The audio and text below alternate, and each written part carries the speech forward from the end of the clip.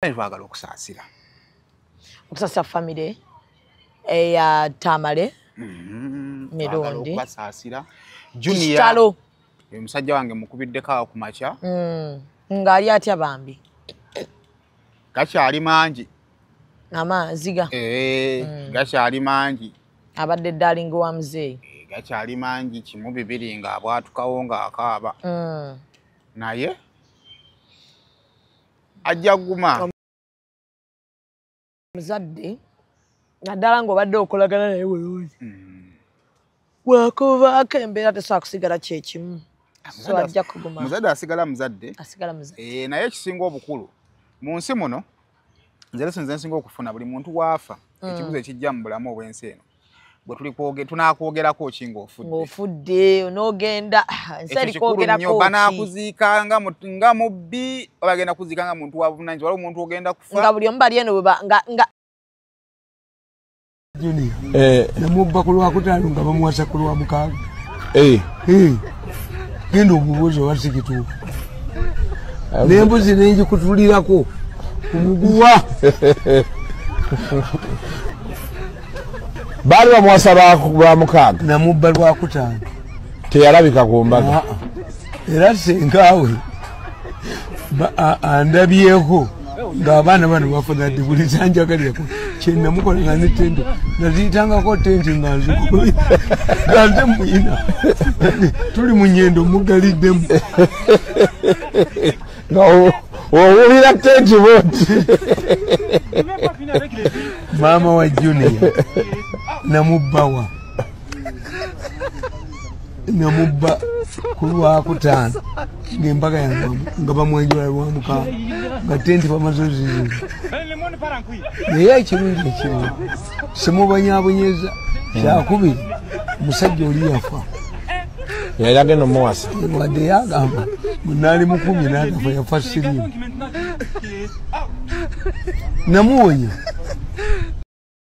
Almutawa Enterprises Limited bano be bakafulu mu Real Estate Development. Oyagala kutunda oba kugula ttaka, Almutawa Enterprises Limited be bakafulu balina polote enteeketeeke obulungi ate ng'ebbeeyi esobokera ddala. Ensonga zonna ez'ettaka n'oddikulaakulanya zonna bazikolako. Bagula n'okutunda amayumba ate basooloza n'ennyumba z'abapangisa ku lwa Land Road kw'ogatta n'okulabirira ennyumba zo. Almutawa Enterprises Limited beerufu. Almutawa Enterprises Limited esangibwa e Nansana ku Hoima Road mu Nansana Municipality. Oyinza obbafuna ku ssimu 0705 479 oba 0753 319 ne ku ssimu ya WhatsApp +973 362 388 59. Teweerabira Almutawa Enterprises Limited. SMP Tours and Travels nateekuletedde olugendo olulala ogenda okukomekkereza omwaka 2024 Canada Niagara Falls New Year Fest nga 3 December 2024 paka 3 January 2025 ku $3,500 zokka. Genda kubamu ebintu nga zipline into the falls, Miss Behind the Falls, helicopter tour, boat cruise tour, end of year fireworks, Niagara Parks tour. Okwewandiisa kutandika nga lumu June. Okumanya ebisingawo kuba 0759 7 musanvu mukaga musanvu oba 0785 597 307 oba jangu July na Complex Room Street Kampala Uganda. To emailing ku smtoursandtravels@gmail.com oba ku website yaffe www.smptoursandtravels.com. Jangu tugende tulambule ffena mu Canada Niagara Falls New Year Fest nga SMP Tours and Travels yetegese ati let's explore.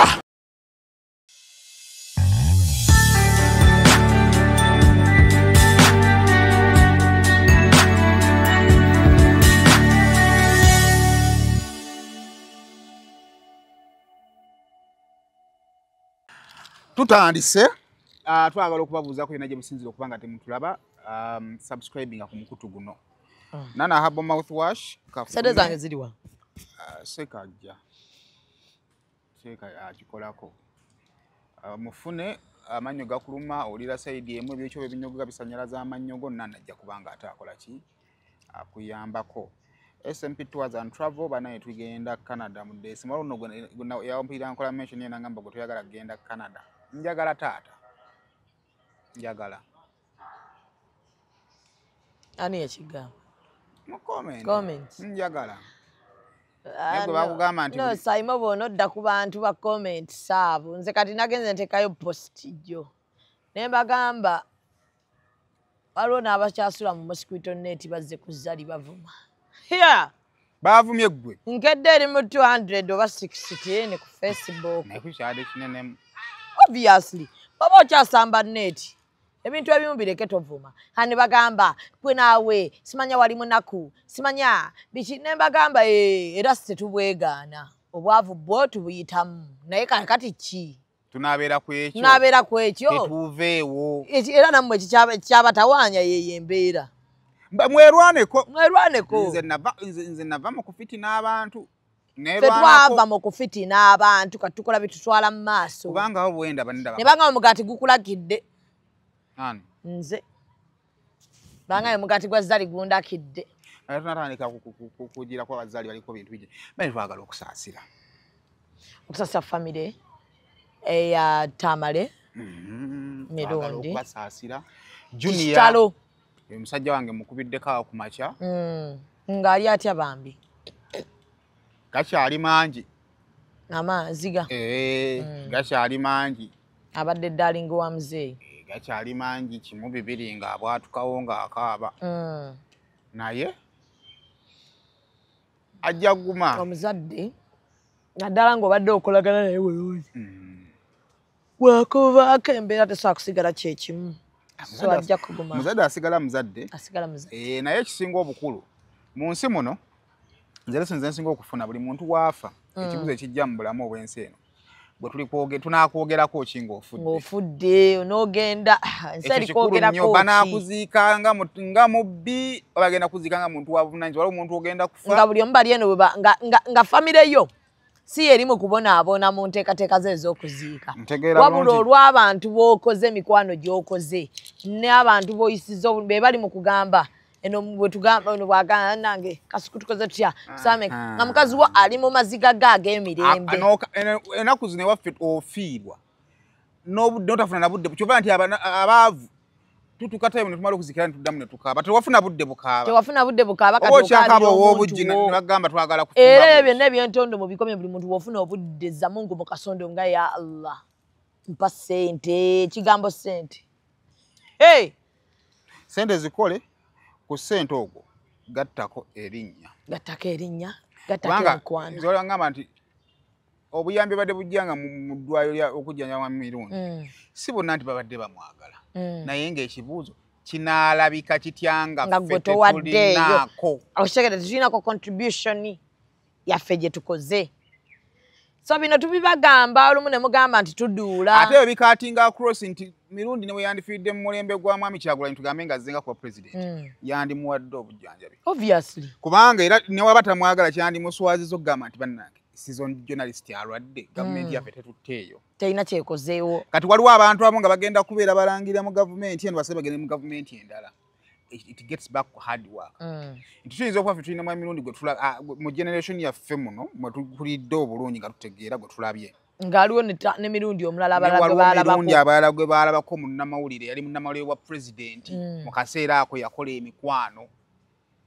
yakola omulimu gwe era kwalidde kwabadde n'abaana be kwe bali ku linnya lye ng'omwana otasobola kulya ku kiki ky'okoze so kakati awo wali abavubuka b'ennaku zino akakuwa akalimu oyagala kubba bubbi buli kimu mukyawula mu kaseera akakyamu oyagala kudduka kugenda oli ku bwangu jjukira omuvubuka eyo olumu twali tukyasoma omuvubuka ne bamuwa okutunda amafuta yatundayo ndeeza ebiro nga 2 n'atunda emitwalo bagyali 7 n'adduka naye nga kitalo nnyo kitalo ddala Junior twagala okugumya tukugambe bwenva wano nze ngenda Kyengera ffenna lyekkubo Kyengera taata maiti esooka wa ngenda Junior waali ogenda wali Junior aliwa omanyi okukubagiza kunyuma nnyo nga ne gw'okubagiza okola ki omulabako nawo gw'omanyi Junior aliwo essaawa zino ali waka Kyengera kati ngenda kusooka genda ndabe Junior musajja wange tulabe ebikola kibigenda mu maaso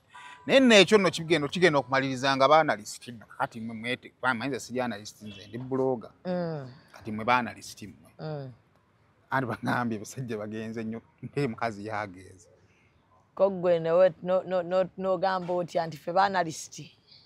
Ate fe abagwa mu byombi. Tubeera nnyo mu banalist we. Lwaki onteekayo? Otyayo ki? Tewali kyentyayo katikiza kankubuulireko. Bino ebintu by'okufa. Tewali wayina pesa eri alina yali yesigaliza y'omu ye Katonda. Olunaku we lutuuka n'essaawa zo ng'ezituuse n'akatayi tekasala. Wagenda ekiteezi? Nagenda ekiteezi. Wasangako nga bannyulula? Abantu amasomero nabo abagali mu kulambuza abaana gantuteka abaana baffe ekiteezi lwakuba abaana baffe bato. Twandikutte abantu abakulu ne bagendako ekiteezi ekinnuma. Bano abali ku nsi kuno abalwana nayo muvuma abantu mukola biki? Naddala abakulembeze naye ekinnuma babambaza botsi balingizayo bulingiza tebamanyi bagenda babakwatiridde.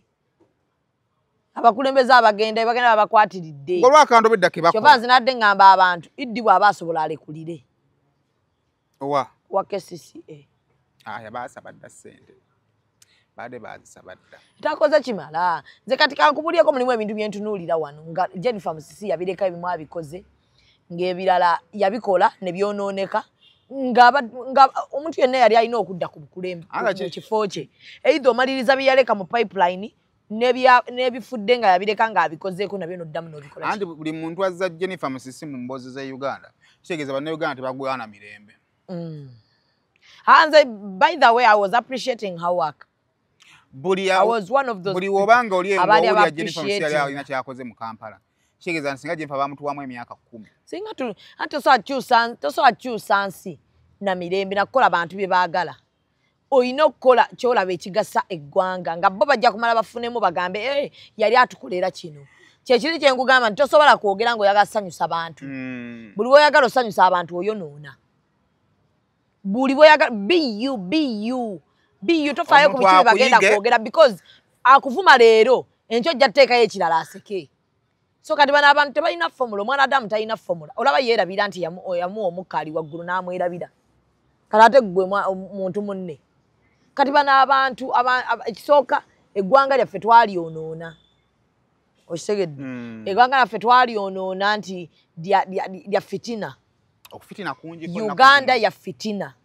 Abantu baluma Omunayuganda ne bwava mu Uganda mwennyini mwe bagamba nti wabi n'agenda mu nsi endala asigala ne fitina. Naye bafitinirayo.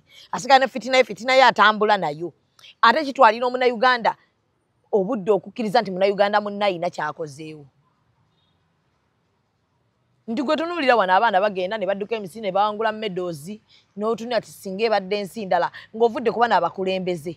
Bannansi bannaabwe bannayuganda ensi mwe bava bannansi bannaabwe balina engeri gye babasanyukirako. Kati wano Uganda batandika okwekwasa amagulu ye nga mawanvu nnyo. Ye bannaye ng'afaanana bw'ati.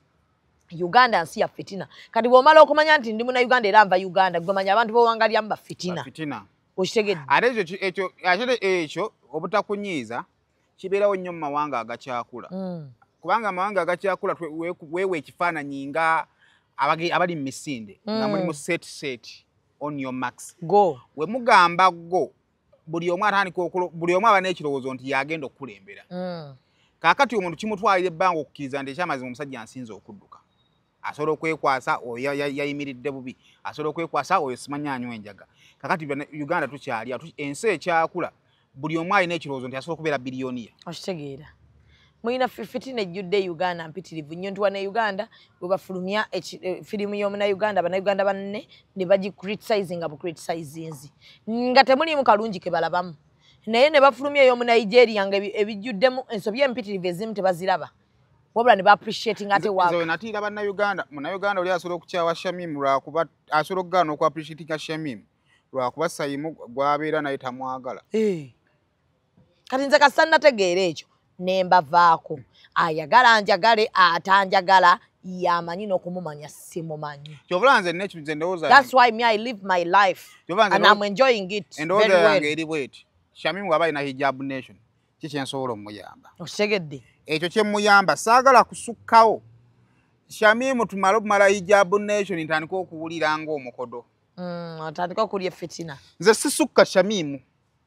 Tosukka woyina kkoma. Njagala nkuwe nga siwulira nti nno nyongeddemu. Ekintu ekyasiza okuleeta fitina abantu musukkawo.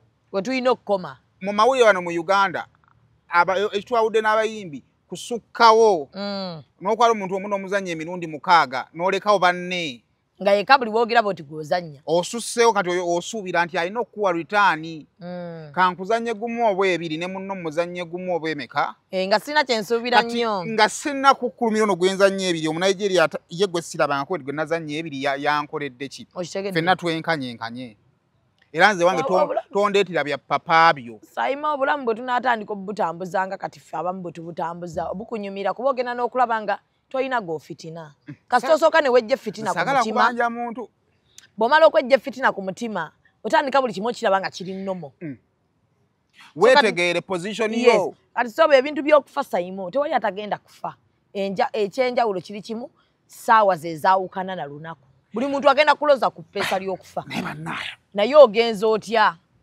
ewa katonda ogenza otya we bakuteekayo omwana adaani osigala bw'omu ekisooka buli bwofunanga omukisa saba katonda saba buli muntu yagenze va kusanyusa omuntu abantu bano tebasiima omwana adamu tasiima omwana adamu mbwa za ku kyalo kyenalabye ekiteezi kikka zinaliyo nagenda zagenda owera saa 3 nga ndi kiteezi ebintu bya happening adde kulwomukaaga saawa emu kaakati kesisi ebankubira zali ndowooza ssaawa nga kubawola ku kitractor zaali awo nga saa 2 ne bankubira ne babiŋŋamba nti kiteezi aguddemu era abantu bakoze eki bafudde kati nembiraba netandika nobbiraba naye nenga nja kugendayo enkeera endoola abaana bamawulire bali active batandise okugendayo kati enkeera neŋŋendayo zigenda okuwera 3 nga ŋŋenzeeyo kati nakyogera ekyo nno nakyo era nekinyiiza abantu nga kasisi ekkubira ngaani ngamba laba ndowooza yeeyo fitina temunakkiriza nti abantu abamu mukama abakoze eki abalinyisizza eddaala bwetutandika obbagamba kozi ze tufuna mujja kuzimba emitima okitegedde kati nze kyekiri kyetubagamba essaawa katonda bw'aba agambye nti kati ono kati omuddu wange kati mugjeeko enzikiza kati agende ne bwogenda ku lwenzi olina okunama ebbina ne limyuka nga lya ggunju nga katonda agambye oyo mutadde tolina kyokola kati akasimu tufuna obusimu wallahi bankubira ndayira nti sawa nalina mu mmotoka ne bankubira ne banga kiteezi Zubeda oli osuze otya bulungi oli otya kakati kiteezi aguddemu kitegedde abaza kiteezi aguddemu njukira nze mbadde sigenda kiteezi mbadde muyitako ngera nkimanyi bayiweyo kasasi naye ku dumping site situukangawo wennyini ne mugaya aguddemu ne mubuuza kasasiro aguddemu nti ne mugamba nangamba naye abantu bakoze eki akubye amayumba g'abantu bafudde ne mpulya nga nangamba kati ogenda kujjayo ne mugaya ngenda kujja naye nali ndi mukola renovation ya dduuka saasobola kugenda naye enkeera nengenda by ssaawa 3 nakalaba nayitawo nga nva ekiteezi kaakati ssaawa 3 nali ntuuse ku kiteezi nkulabye ng'onjasamiramu naye tizoke yeeyo fitina gye tukola ki gye tubagamba yeeyo fitina gye tubagamba kuba kati gwe wasookera mu touring ate enkadde touring ekitono nnyo ekawagigwa miliyoni mmeka ze emmotoka yange nagigula mpya miliyoni za 3 mwezi ate yagajja naye sente esobola okuba nga si nnene naye nga sente yenkana ekibuuzo weŋŋambye nti kamotoka kinene ngiyite ki gambe emmotoka naye ndowooza omuntu omu yeveemu angulire emmotoka weegulire nagyegulira eddako nagamba sigaya kwegulira mmotoka era waliwo ayagala okumpa emmotoka lwakuba gye bampadde nagiganye nina emmotoka gyenjagala ninze ne bwoba ompa ate tomala gampa olina okumpa ekintu nga nange nja kukisiima ku mutima saagala kyompa ate mmale nkitwale nange nkigabe saagala kukajanye ne bwoba ompa mpita okitegedde kati nze mulimu ebintu bye navaako mu bulamu so nengenda ekiteezi by ssaawa 3 nali ntuuseyo abakesi nabasangawo ne bannyaniriza bulungi nnyo then nentambula ng'ekifo nali mbuze n'okubula ng'ekifo sikimanyi ne bandagirawo ne ŋŋenda nentuuka nasookera eri sayidi eri mu bantu ba bulijjo abangi osayidi ekisaawe sayidi eri abakozi gye baafiira okay nga waliwo ow'okubuuka abantu bambi ne bannyaniriza bulungi nnyo nenkola sitori yange no agundi gye namusaaje yansangira eyo kaliisoliiso wa gavumenti n'agenda abuuza omukyalo omu ku bakaawonawo kwaba abakozi baamu abalonda kasasiro yali amusse awo wenyewe nategeera nti kati bano bakambwemu era kaliisoliiso ne mugamba embeera nga bw'ogiraba abantu baki yamubuuza kikyali kimusiza anti bamugamba nti oyo gw'olengera omukyala y'omu ku bakaawonawo agamba maama bambi nga oluganda talutereeza bulungi yegga omu ku baawonyeewo bambi it's a pity biki n'amubuuza yeggwani Sanchez namuga minisita na minisita twagenza okufa ng'aliwo muzze wano okukolerawo mawulire oze bakubeyo obufaananyi kati ombuuza oba kaawonawo nkolere ki namugamba nedda mukwana I just wanted to help nze nazze wano kulaba mukozi wa gavumenti atatuukiriza muki mulimu gwe namubuuza ate kati awonze binkwatirako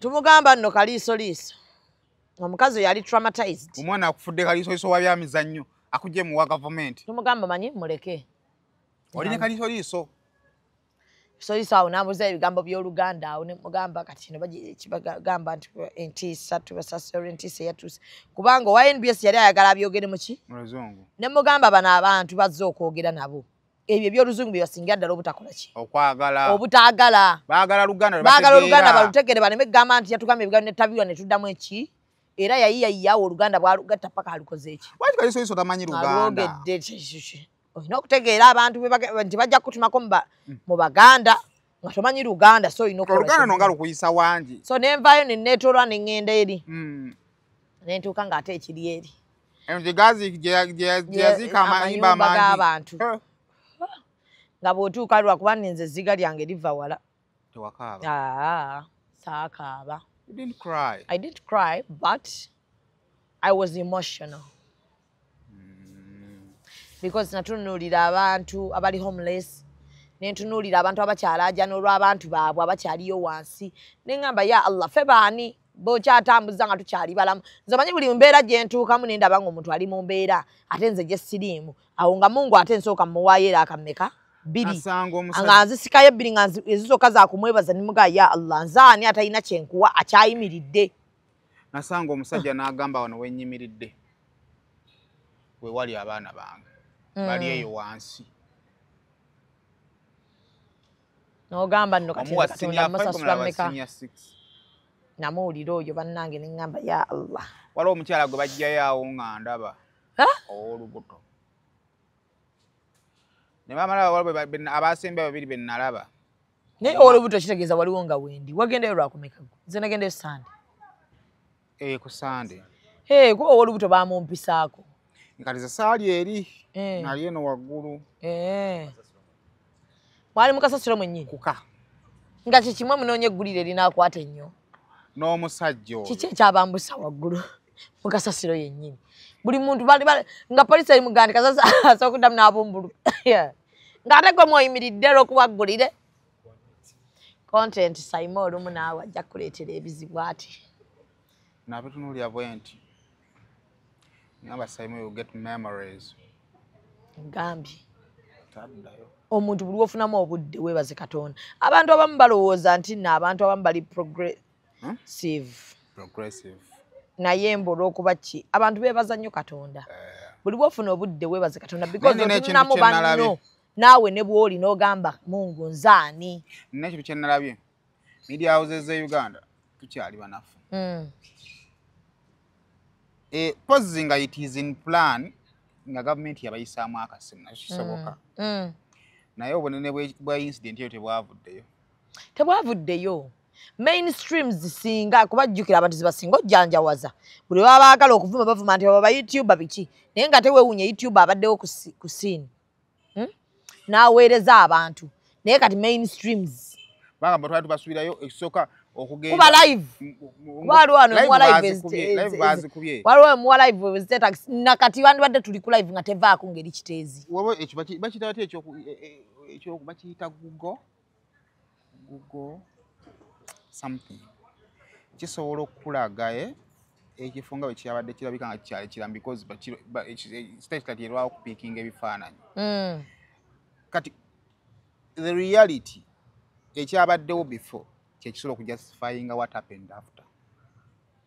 Allah abantu bafudde. Ne kati abamayinza obutava nayo. Nakirowoozezzaako era aba basanga waggulu kasasiro. Waliwo yasajja yagambye waliwo kasasiro gwe yaleetanga avugira waggulu bw'ati ne namulabako oyo omusajja n'omukazi oyo gwe twasanga eyagira kaliisoliiso buli omu kwe be baleeta nga kibavuga nga ggogolo nekimutuuka nekimukasuka eri oyo naawonawo kati omuntu bw'ate bw'atafukamira kwebaza Katonda n'obuuza nti bali bonna be yatutte baamukola kinti tewali ekiseera kyabwe kyabadde kituuse. Omusajja gwe nabuuza nti kati kigudde kiranga omusajja wattu weetuukireyo talina bwakunnyonnyola kati akaseko ke nakayimagininga amaze kulaba kye nalaba naye ekifo kinene nnyo naye bangambye Kasasa abadde tatuuka eyo abadde ayina ekkomo waako yatambula butambuzi okutuuka West Records ekutuusaako Gravito Mutuju, Uganda's best rapper, hip hop award winner, balance the boat, embuzi zaako today, nanyini Luga Flow, nanyini stage, aguse ku cricket obo, nga musanvu September. Singe mitwalo ebiri VIP mitwalo etaano emmeza ya miliyoni 3 y'abantu 8. Gravito Mutuju azamazeeko mu live concert lukoba ku lukoba hit go hit nga 8 September Summer Gardens Mukono, 9 September Kaliro Country Resort, 12 September Katikomu Kayunga, 17 September Lyantonde Mukisawe, 14 September University ine Mbarara, oronga 15 September Maria Floyd Masaka, atabiri mu September Mare SS, wona shinzo mutwalo gumu jangu Dr. Gravito Mutuju akwedosie ndongo mulewa mukere ku cricket wava tujijuze bino byakulya sente bacha maneno obuwala yefe la mundongo muje musanvu September cricket ovo Gravito Mutuju bitegekedwa West Records. Kanali nalabye walinga wali ddamu wayiseewo kati amazzi gye bagire gabanuuniramu eyo ne bakola kati aga amazzi awe gali siwe gabadde olaba wali ebisooto walabinga wali kalitunsi kati ate we wabadde amazzi kati sayidi ye ate yo Kasasiro teyabisse yasindise ne gafuna location endala yalikoze relocation yasiguddeyo kitanka ekyo ekibadde kikuba ekirongoosa amazzi ago gajjamu obukyafu wakiraba ebyo kyabadde awo siwe kyabadde eri waggulu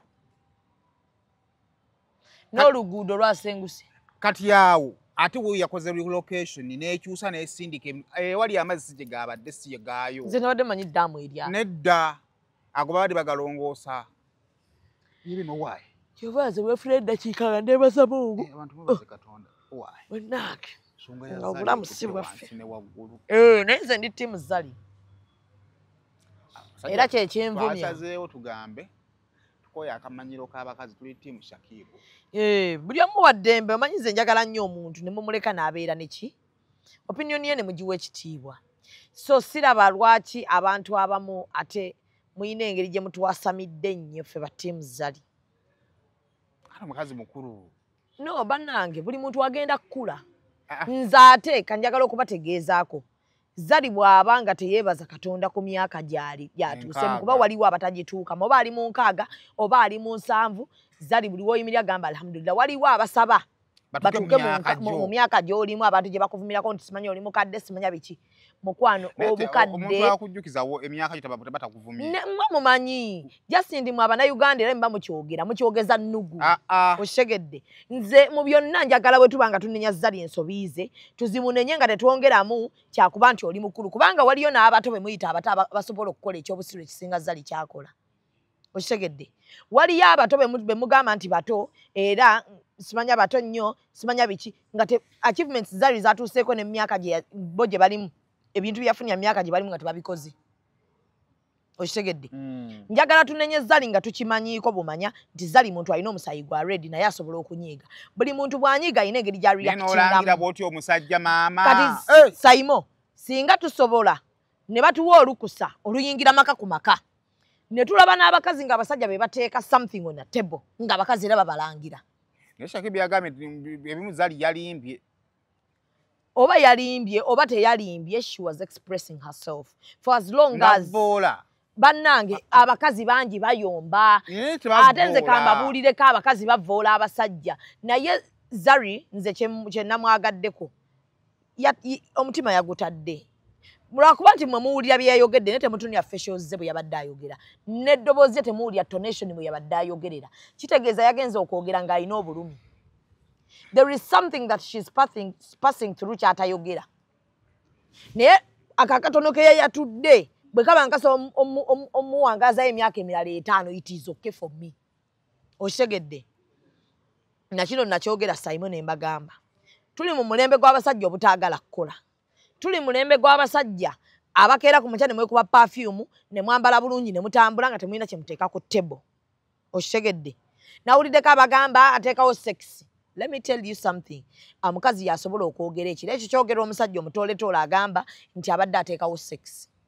Because Mungu bwe yali atonda omukazi abudde omusajja alabirira amaka. Kati bwe kikyuka bwe ne kitwistinga ng'omukazi waliwo abakazi abagamba wano basingo mother abali mu bufumbo bangi okusinga basingo mother abali wabweru. Abasiru tebantegeera.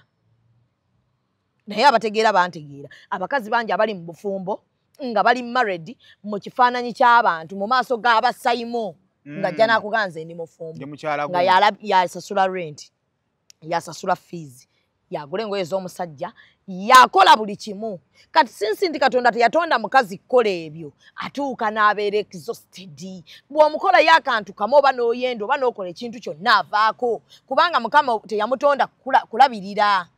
Nti omusajja ne bw'aba abadde akulabira ebbanga lyonna Mukama n'amuggyamukko kasente ako n'omulabiramu ennaku 2 era ojja kiraba nti omukazi Katonda teyamutonda kukola ekyo ne munaku ezebbiri atandika okukujjukiza. So bwe bwabanga wali omukazi tebuba bukopi because Katonda teyamutonda kukola ekyo. But omuntu omusiru era agenda kugamba lwaki teyagenda n'omugagga mu bufumbo gy'oli obwo bw'ekina kwe mwawula kateni lwaki okyali mu mbeera eyo gyesibyemu. Kitegeeza it's all about love. Abantu abamu baba bagamba omusajja wange kanjira nkyali naye osanga Mukama ajja kukola ki? Anaamusaasira n'atereera. Osanga Katonda anaamuwa kanjira mukwatamu. Kati omukazi yenna wallahi ng'akyayimirira n'akwatamu mu bbaawe. Ng'ate bw'aba ayogera akyagamba omwami wange omukazi oyo ekitiibwa because oyo omukazi bw'aba akyakubeereramu. Okitegedde nga ne Katonda teyamutonda kuba ekyo because teri mukazi atayagala kuweebwa. Bonna embeera ye batuusawo okuba nti nno be bateekamu. Okitegedde omukazi bw'aba ateekamu omutima gwe gukoowa mangu ne yeekyawa ate ng'omusajja akulabako awo. Kati ate waliyo n'abasajja nga tagaanye kuwa naye nga takola ki agezaako naye biganye. Kati omukazi bw'aba avuddeyo n'ayogera akantu akatono bwe kati ne mukazimbulukusa ne muleeta emyaka ne muleeta ebintu by'ekisusiru byonna ne mubimalayo nalabyeko n'abatanaaba bujonjo kubaggwa mu maaso nga nabo bavuma zzali. Bwe nakyogeddeko wano era nendaba abasiru abanjasamira. Okitegedde naye ne ŋŋamba nze kati obulamu bwange mbulivinga because njagala nnyo ne njogera amazima. Ekyo kyogerebwa omukazi atakwatangako mu nsawo kuyamba muntu because abakazi abasinga temusaana kuyamba basajja bammwe. Babalabiridde emyaka Mukama amusiseemuuko emyezi 2 oba mwaka nga tosaana mubeezaawo mwaka. You also an idiot. Kuba bw'oba tosaana kubeezaawo bawo mwaka nga yabadde akulabiridde emyaka gyonna Mukama oba omulimu n'agumuggyako. Kati ate bw'abanga waliwo omukazi asobodde okubeezaawo omusajja emyaka ng'amudifendinga. Shakibu agamba omukazi agamba andabirira biki? Nedda. Nzadi byebyessaagala nezali singa ayagala kujjayo biraga nti abadde amubeezaawo bwe binaavaayo. Tiimu Shakibu munaagamba kati ekibuuzo mwe mwagala Shakibu ye abaasirika kati asirike busirisi oluvannyuma n'omulangira ekyaleese obuzibu omulangira ki? What do you bring on the table? Ekyo kijja buuzibwa buli musajja atalina kyaleeta era bw'oba omanyi kyolina ky'oleeta ku table. Shakibu agamba aleeta era tebandi kimubuuzizza. Sayima omukazi wasoyimuka n'akubuuza ki ky'oleeta ku table. Mukazi talina kyatasobola kukulangira. Abakazi nga bw'omulabirira bino wammanga byasobola okukulangira tomalaako kuba ako kagambo kaffe tutambula nako buli we tudda. Okitegedde? Saamanya. Okitegedde? Ombonyaabonyezza nnya so okukulangira ebyo nti ombonyaabonyezza onkuba naye tasobola kukugamba nti tolina ky'omuwa ng'obadde okola ki? Ng'obadde omuwa. Kati sisuubira Zari kuvaayo awaayirize talina nnyo kyafunamu sikiraba. Anti mulimu ebbuba muliwo akawala ndowooza waliwo akawala. Anti byebyo bye nkugambye nti bwe bibanga birimu n'ebyo kyekiri nti omuntu omutaddemu buli kimu ate ayenda ojjawo amaanyi agenda like obuvumu obujjawo obwenda nga nze nkuteekamu like seriously how do you obuvumu obujjawa nze nkuteekamu ssente ate oyende amaanyi gavaawa era bw'otuukayo amaanyi ogajjawa ng'ogenda kumala Sajja mukole. Abasajja bakole nze nakiba ogajjawo amaanyi. Ate bulijjo gava. Toyina kyoleeta ku tteba ate nze nkuteekamu ate ofune n'amaanyi agenda. Bw'otuuka eri kati obanyumiza mboozi ki? Ewange babatumidde. Era bwe bakusabayo kasente era ogenda kukubira ani? Mami, like sisobola kufiidinga nfuuzi esooka n'ey'okubiri. Muganya okukkiriza naye abasajja bakole. Era mugenda yomba naye temwagala wulira mazima. Abakazi muli bakopi. Kuba Mukama teyatutonda abakazi tuli bimuli bayina tuwa buwi naye tuli mu mulembe gw'abasajja ogw'obutaagala kukola. Okitegedde abasajja temwagala kukola. Abasajja bagende bakole batuukirize ekyo kye bayina okukolola bo babasekazi tebaddeyo ku ground ne baddamu ne bafuna empisa. Anne waliwo omukazi nga maybe ayinza obutafuna musajja oyo kuba isooka zali waba akufuna musajja ali mu ndabira gy'ayagala alabirwe ayina bba musajja mukulu ate katayagala basajja bakulu. Ne baba tabaagala kati waliwo omuntu w'otuuka kati buli muntu alina mu bulamu by'ayagala. Myaka gya mwagala alabire zali ku level. Mwenna akantu ke mwekwasa kali kati yawasa omusajja. Naye teri munaku awasa musajja. Kuba omusajja talabirikika. Ani akulimba? Hataliiyo. Teri munaku awasa musajja. Okitegedde kyakubiri zali mu bintu by'ayagala takyayagala ssente. Okitegedde takyayagala talina nnyonyo byalulunkanira ayagala peace of mind. Kati mwenna olaba Uganda kyekintu kye tulina okusooka twejjemu nti bwe mulaba omuntu ng'alina omuntu muwoza ayagala sex. Sex is just a supplement ku bintu abakazi bye baagala. Supplement ate akantu akatonotono ako akasembayo mu bintu abakazi bye baagala because sex watwala eddakiika mmeka oba essaawa mmeka? Asemba okukebera nga ndi mu kitundu. Essaawa. Kati essaawa emu ekitundu olunaku luba lwa ssaawa mmeka?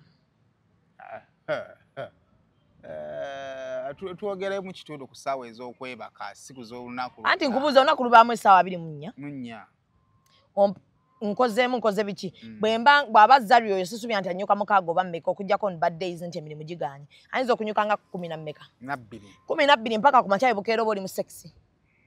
Kitegeeza waliyo obudde obw'okuwummuza obwongo ne munno, waliyo obudde obw'okunyumyamu ne munno. Sex bw'abanga wa ssaawa emu. It's not all about sex. Emirembe omuntu ono gy'akuwa na biki bye mwogera because ayagala mirembe ate kati gino emirembe bw'ogimuggyako n'omuwa stress. Okitegedde kyatayagala ekyo. Mu bulamu buli muntu alina by'ayagala. Abakyali mu myaka emito nga bwe beeyita baagala ssente. Takyayagala ssente kuba asobola ozikola n'azifuna. Ayagala peace of mind. Kati ate wano waliwo obuzibu. Peace of mind era mu bonna agirabira mu Shakibu omwana akyali omuto. Omwana omuto. Abo abantu baddize ekintu ky'emyaka. Omwana omuto abeera ku nnyina n'ayonka.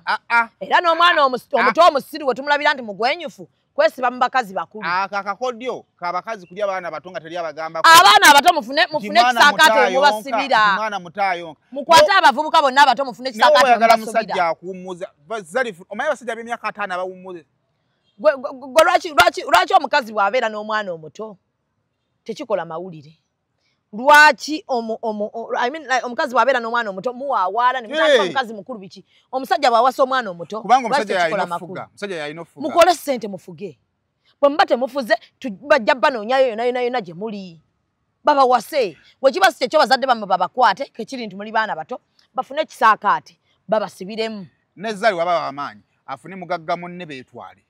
Buli omu alina kyayagala. Ani kati kyayagala. Gwe bw'olaba nti Zari akwanye ng'oli mwana muto naawe tokkiriza era butaagala kukola oba ayagala bakozesa oba tayagala bakozesa ekyo ekintu mukirekera awo. Nze nalabyeko nno eyagambye mbu Shamimu awolereza Zari kuba naye yawasa. Njagala kubategeeza.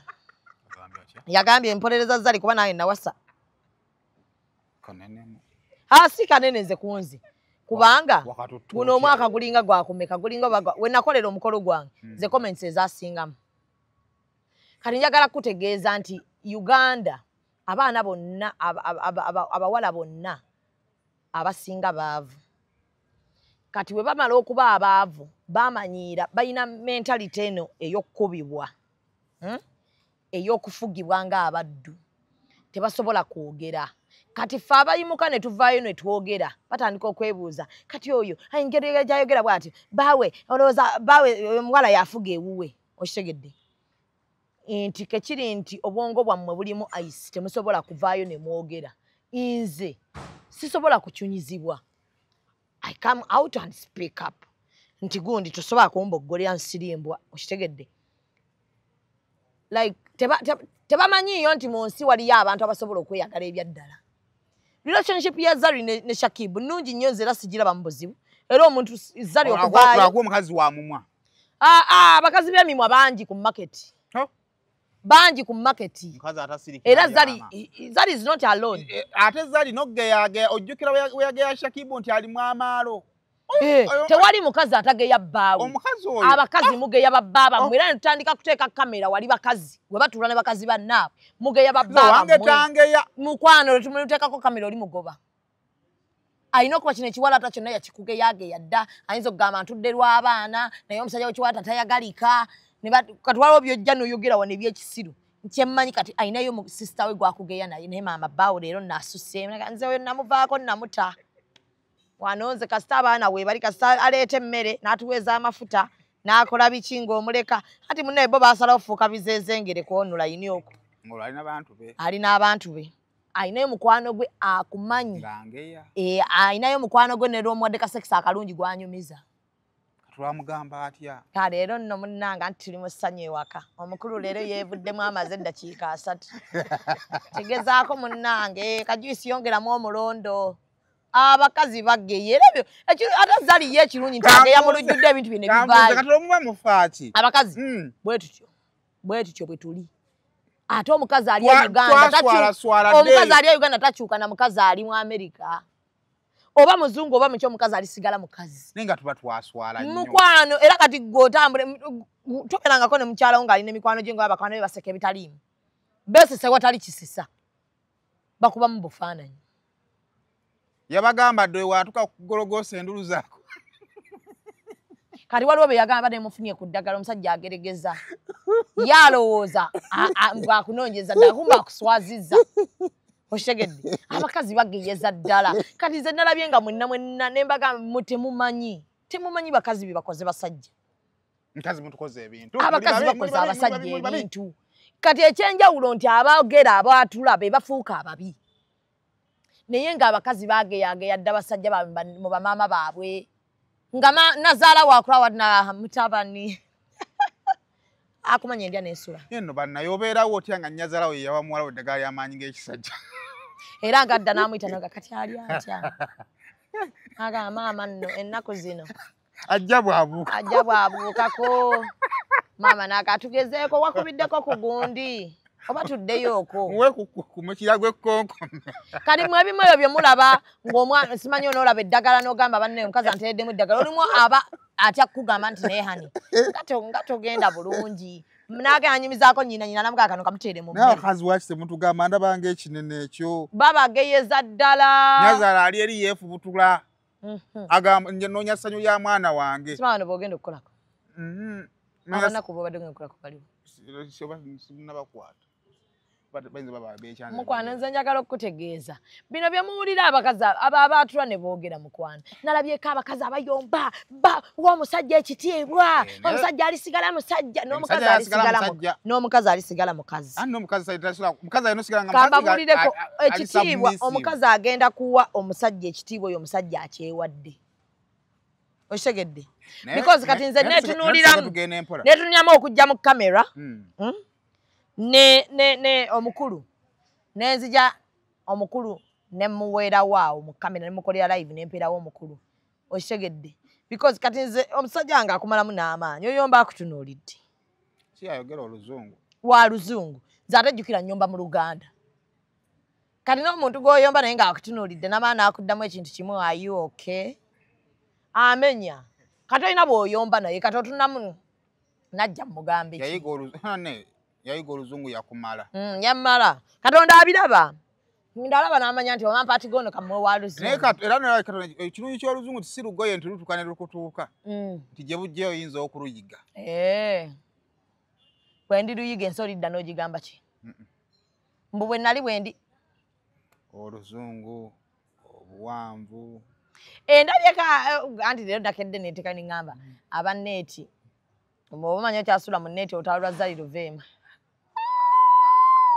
Gavumenti egamba omuntu asule mu nneeti naye era waliwo n'ebirala byekubiriza nga tewali nsiri n'ekirala lwakwegumya naye enneeti eno erina engeri gyeyinonamu beauty enenjeru yonna nga bw'eri oba bawaniseeyo mpanike oba badrilinze ndrilinge beauty ya bedroom erisigala beauty ya bedroom nga temuli abantu ensiri zibalume. Aza sifuddeeyo naye nkugambye toteesa ng'osula mu ki?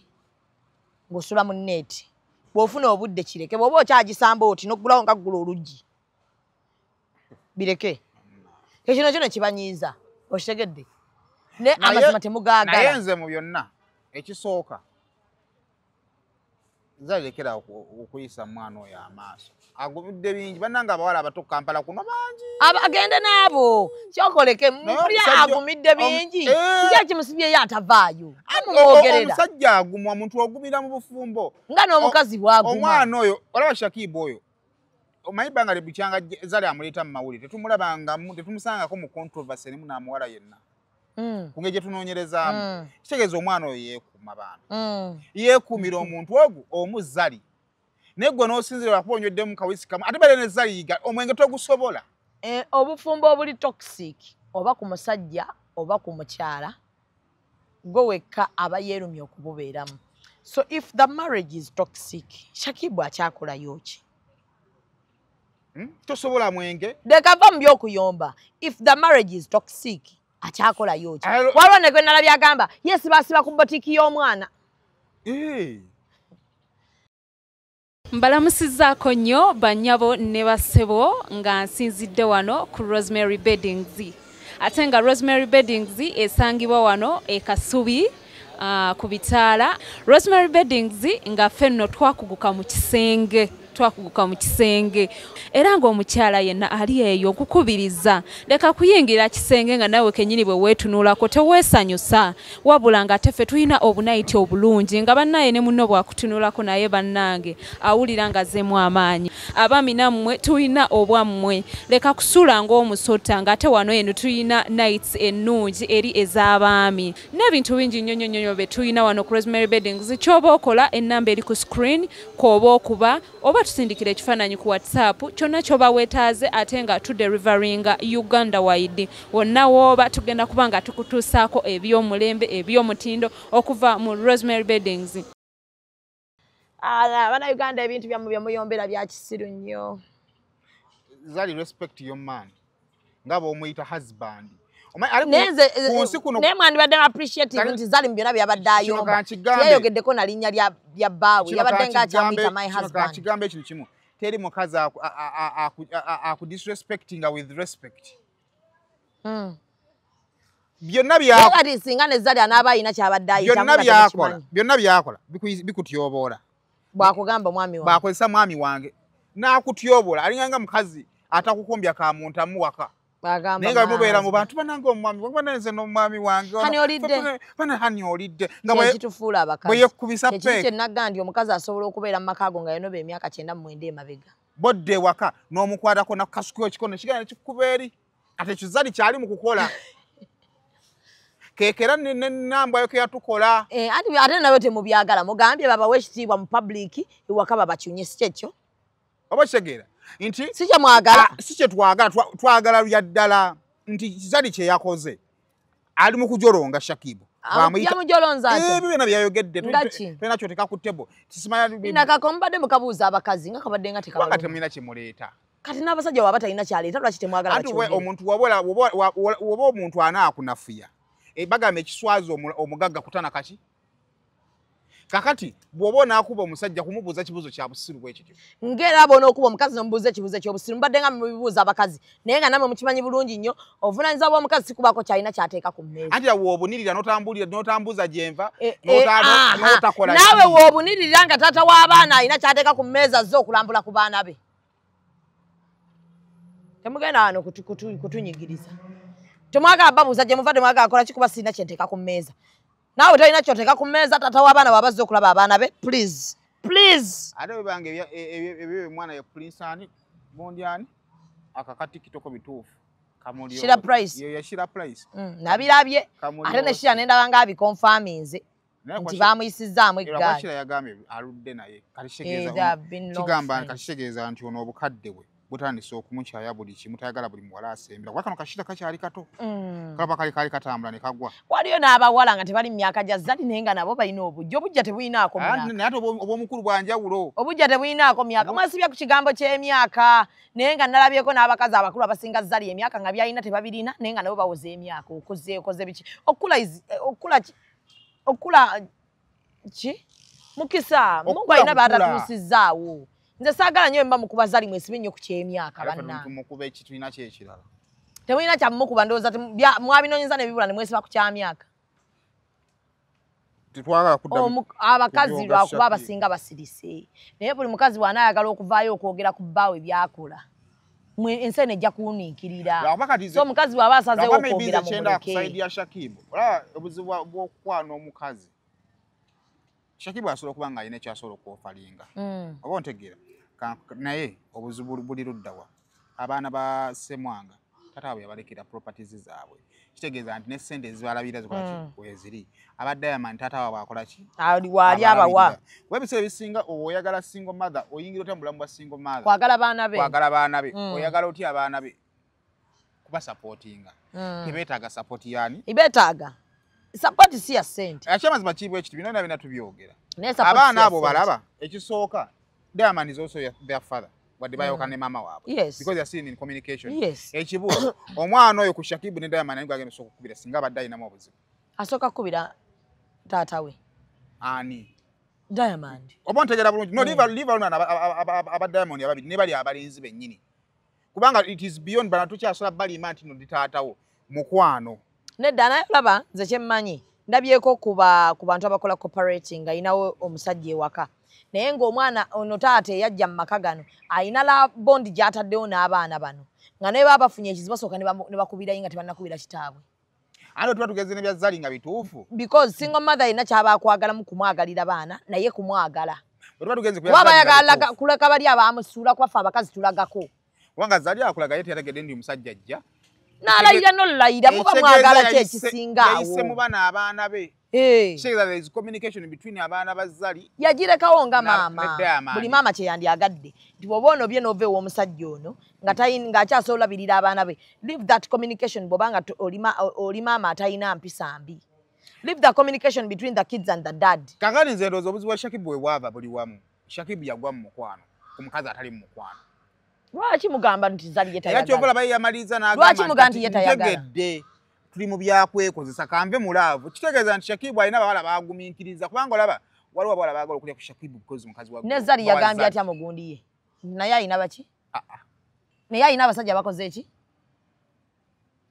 kyogamba Zali yasobola okubeera waawo nga talinayo bamupereereza mu ssimu ye omanyi obusungu mwabukutte bwaddala buli kullo naye bwe musooka ne mubijjamu feeling nga muggyeko ne kiri kye mwekwasiza eky'emyaka kyemugaa Zali talinayo olaba n'omulalu asula kukuba alinayo omusajja amuperereza ekyamazima kiba ekiti relationship ng'omwalowooza ali mu mukwano nga munna ali mu bibye emenya bwe zisinga eziri wano bwe zisinga kakati Shakibu just terera buterezi mulayini manya nti ono omukazi wabitiibwa wabifaananyi lwaki obufumbo anoonya musajja buli bufumbo bulimu okusoowagana so amanze Shakibu ne Zari kyensaba bwe muba nga musobola okutuula kati buli omu yategedde ensobi ya munne Zari bw'aba abadde olina obusungu wabugjeeko ku mutima wabwogedde wamulangidde wamumaze kaakati we muba nga mukyasobola okuddamu ne mutuula ne mwogera kuba ne Shakibu bwe tugamba nti Zari yalangidde ne Shakibu batadde audio ze ng'akola ki ng'ayogera kitegeeza guli emu